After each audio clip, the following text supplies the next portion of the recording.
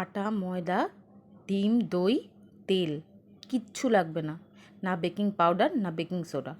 অসাধারণ হয় এই চকলেট কেক। তাহলে একবার রেসিপিটা দেখে নিই। নিয়ে নিয়েছি বেশ কিছুটা চকলেট বিস্কিট। এর কোনো মাপ নেই, আপনারা শুধু বুঝে দেবেন। এবার এগুলোকে একটা মিক্সিং জারে গুঁড়িয়ে নেব।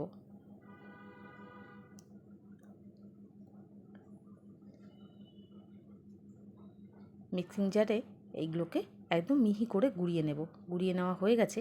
এবার বাকি বিস্কিটগুলো দিয়ে দিচ্ছি এখানে 5 চামচ চিনি, কারণ বিস্কিটগুলো অলরেডি চিনি আছে এই বিস্কিটগুলোতে, তাই আমার এখানে 5 চামচ চিনি ঠিক মনে হচ্ছে। এটাকেও ভালো করে গুঁড়িয়ে নিলাম। এবার দিয়ে দেবো এখানে উষ্ণ, একদমই হালকা উষ্ণ গরম দুধ।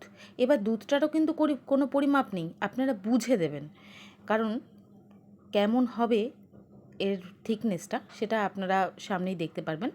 ঠিক এরকম একটা থিকনেসের ব্যাটার তৈরি হবে, এবং এটা করার জন্য কতটা বিস্কুট লাগবে আর কতটা দুধ লাগবে সেটা কিন্তু আপনাদেরকে নিজের থেকে বুঝে দিতে হবে। 1 চিমটি নুনও দিয়ে দিলাম, কারণ নুনটা কিন্তু ব্যালেন্স করবে এবং কেকের টেস্টটাকেও ভালো করবে। আচ্ছা, একটা স্যাশে ইনো দিয়ে দিলাম।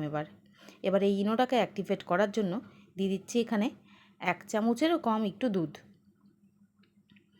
এবার এটাকে খুব তাড়াতাড়ি মিক্স করে নেব। আর কিচ্ছু লাগবে না এতে, তাতেই হয়ে যাবে একদম ফাটাফাটি খেতে।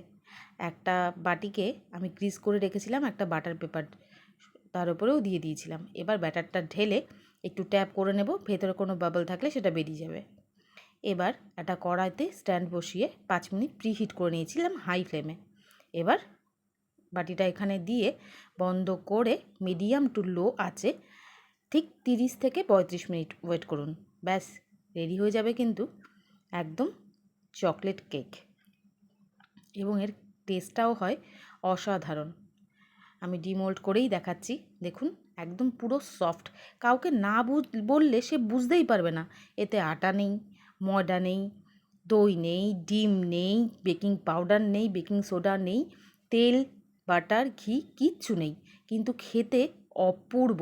কাউকে না বললে সে কিছুতেই বুঝতে পারবে না।